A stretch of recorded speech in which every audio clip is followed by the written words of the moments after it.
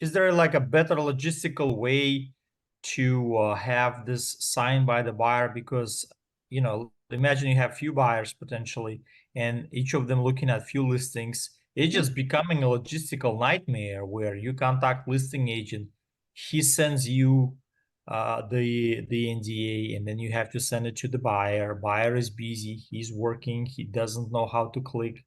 It's just becoming a really, really logistically, not easy. Is there any way to maybe have an existing NDA, like a blanket NDA or something that can be, sent quickly by me, who represents the buyer, and not by the buyer himself? Well, that would depend on the listing agents. I mean, most of the listing agents that I know won't accept an NDA from a broker. They want it from the actual buyer. You're right, logistically, but think about this, Dennis. Right now, we have the ability to set these things up electronically, for electronic signature. I mean, back in 2006 and 7, when I first started this, we literally would be dealing with 250 NDAs a month that we were sending out to different buyers, on different businesses and all of that. A lot of that, it was our own listings that they were inquiring about, but it was crazy. So yeah, it can be, and this was done by, email, and they'd have to print it out and sign it and fax it to us or whatever. So it's gotten a lot easier with the advent of digital signatures. And you can say, if you have full version of Adobe Acrobat, I think you can, or if you have Dropbox Sign or any of those, you can actually just take the NDA that the listing agent sends to you, open it up, and create the fields for your buyer, put in their name and whatever information you have, or just Buyer create has the to fields for sign the it, buyer right? to I mean, put. it would not be appropriate to sign for the buyer, right? This No, document. you can't sign it for the buyer. That's what I'm saying. Yeah. So it has Yeah. to, buyer has to physically receive the document, fill it in, Well, and send. email, yeah. I mean, unless you have, I guess in theory, you could try and, I don't know, Florida state law. So you could check. You might be able to get a power of attorney from your buyer, but it would be risky. You're much better off. You're much better off having the buyer sign the NDAs. Okay. Gotcha. Because Well, and they're the that's the ones beauty liable of for. a CRM too. Yeah. Does EXP have a CRM for their brokers? They have, well, there are a few different ones. So Dennis, are you using Build Out, or how are you keeping track of your clients and the opportunities that you're sending to them? Good questions. And all the forms. That's an excellent question. At the moment, I just created a Google Doc for each customer that I have, where I Okay. just took information and I know what they need, what's their budget, what's the area, and I'm tracking it all there. So Okay. So, yeah, I mean, I think in EXP you have, so you have RealNex, or you have Business Broker CRM. I'm And familiar so, with the build out. Are you saying the build out, I should be using build out for my leads related to yeah, my everything? understanding is that Build Out has a CRM in it as part of it. I don't use it, so I don't know. I personally use Pipedrive, and I really like it. It's a great CRM, and it's very flexible and very customizable. Mhm. So I highly recommend it. But if you are looking for, yeah, as far as the tools that EXP has available to you, it's Build Out is one of them, RealNex is one of them, and I'm not familiar with the RealNex. Can you tell us all what is RealNex is? it's, Build Out and RealNex are both commercial, which is why I don't use them, because I don't sell, I'm not a commercial agent. So both of them are designed for commercial real estate people, and they're very good tools for commercial real estate. But since I don't practice commercial real estate, I just don't use them.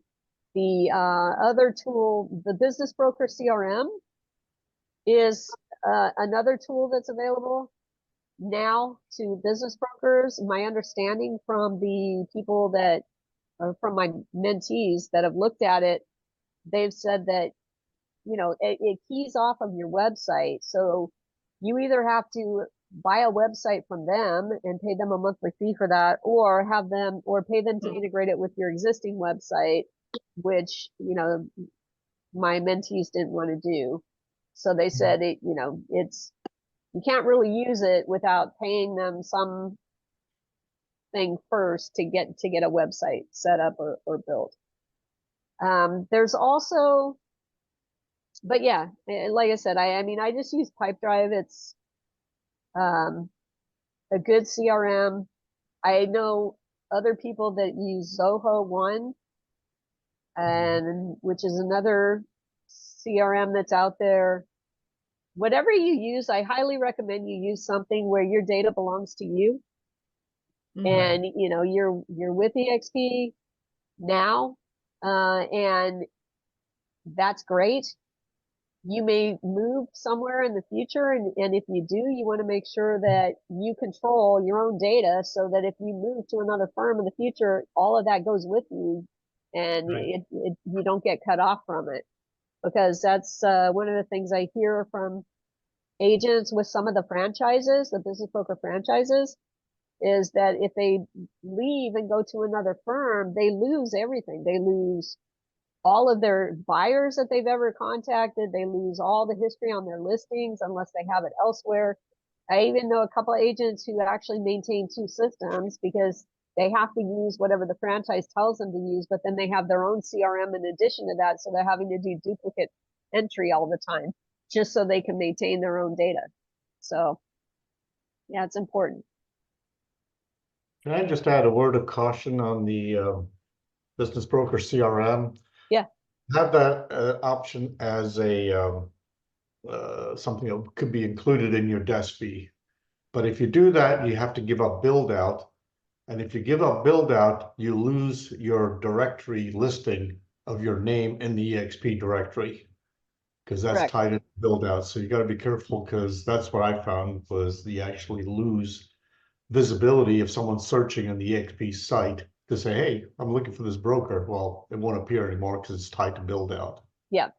So Yeah, same thing with RealNex. So if they move to RealNex or business broker CRM, then somebody goes to expcommercial.com and experts page or whatever and types in your name, you still won't show up.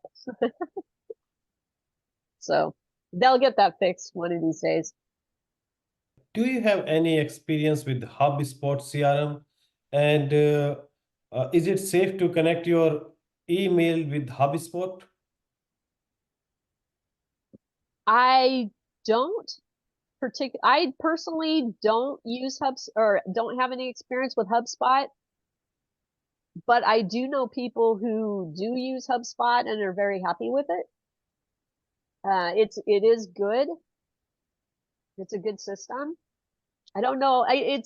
HubSpot used to be more of a marketing system. I wasn't aware that it's actually CRM as well. Maybe they built that on, but yeah, it's pretty good It's system good. for It's marketing. good. If I may add, I have extensive experience with that. It's good. It's very pricey. Yeah. And it is also very complex to use. Usually you hire somebody who just acts as your HubSpot administrator. It's almost impossible to take advantage of HubSpot while you're working as a business broker. Yeah. But they do have it, very good for marketing. I can say one of the things that if you're looking for any type of a drip marketing system, one of the good systems out there is, it used to be called Send in Blue, but now it's called Brevo, Brevo. Brevo, one of the things I like about it is HubSpot and Constant Contact and all of these in MailChimp, all those things, they charge you based on the number of contacts that you have. I have a whole lot of contacts. I don't email them frequently. I don't email them every day. And so I think that, for me, something like Brevo is a lot better because it's like $25 a month. and you can send up to 20,000 emails a month. I don't send anywhere close to 20,000 emails, you know, so that was something that I came across that I really liked, because Pipedrive does have its own marketing system that you can also use built into it. But again, it charges based on the number of contacts, and I have, you know, I don't know, 15, 16,000 contacts in there. And I just don't want to pay ridiculous fees for sending emails that I don't send. So, but yeah, HubSpot, I think I checked into HubSpot as well for marketing, and it was the same thing, charge you based on the number of contacts. And that can get pricey very quickly.